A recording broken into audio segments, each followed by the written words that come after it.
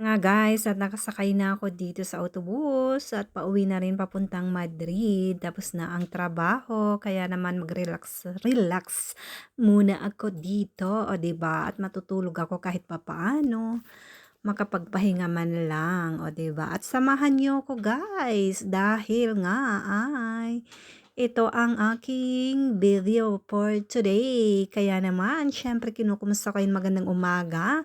Magandang tanghali, magandang hapon at magandang gabi sa mandaw kayo ng mundo. So eto na nga guys, at siyempre ito ang aking video na ipapakita sa inyo. At guys, binabati ko rin kayo at pagpalain tayo ng mahal na Panginoong Hesukristo. O 'di ba? So samahan niyo ko.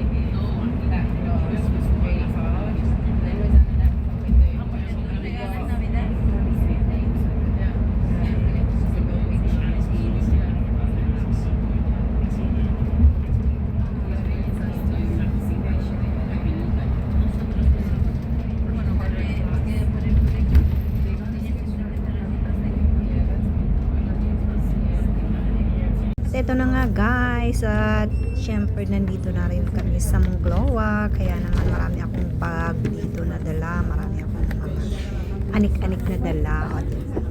At syempre ang aking mga tienda din, mga iba-iba, di ba? Merong damit, merong mga cosmetic, at merong wallet, mga ganyan, bags and shoes, and clothes, o diba, lahat na. Syempre kailangan tayo mag-rocket.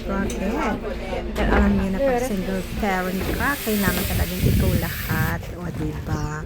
Wala naman sa akin nagme-maintenance sa akin guys, wala naman akong daddy, sugar daddy, o diba, at wala naman nagbibigay sa amin, kaming magnanay lang talaga ang bumubuhay sa mga sarili, sikap kumbaga, o diba.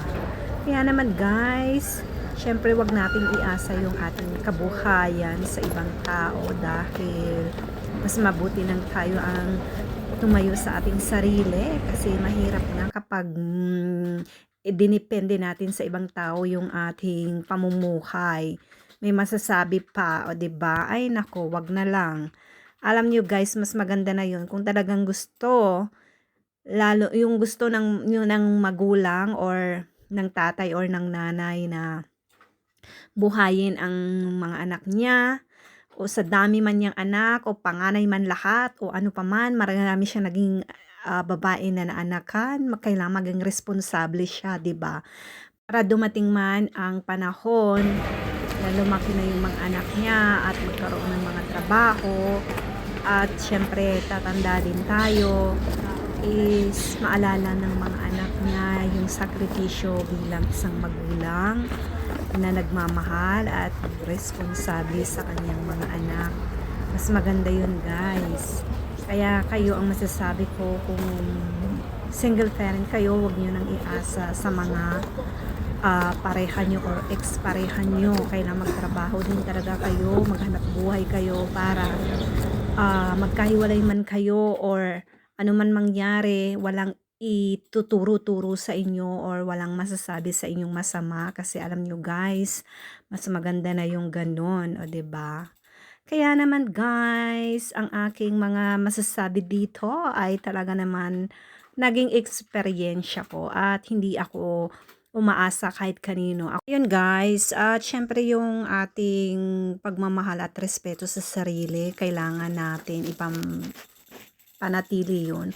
Kung talagang yung mga naging ex-pareha natin or mga tatay or nanay ng mga ex natin ay responsable sila, hindi na kailangan hingian sila buwan-buwan, 'di ba? Kailangan kusa na nilang gawin 'yon. Voluntad nilang ibibigay 'yon dahil mahal nila yung mga naging anak nila, 'di ba? Sa dami man 'yan, isa man 'yan o dalawa, kung talagang responsableng tao ka, iisipin mo yung kinabukasan ng anak mo, 'di ba? Importante 'yon. Sana iniisip nila bago nila I mean, ibig kong sabihin, hindi naman lahat ng buong sweldo nila, lahat ng pera nila ibibigay nila, 'di ba? Yung sa isang buwan meron silang ibibigay, 'di ba?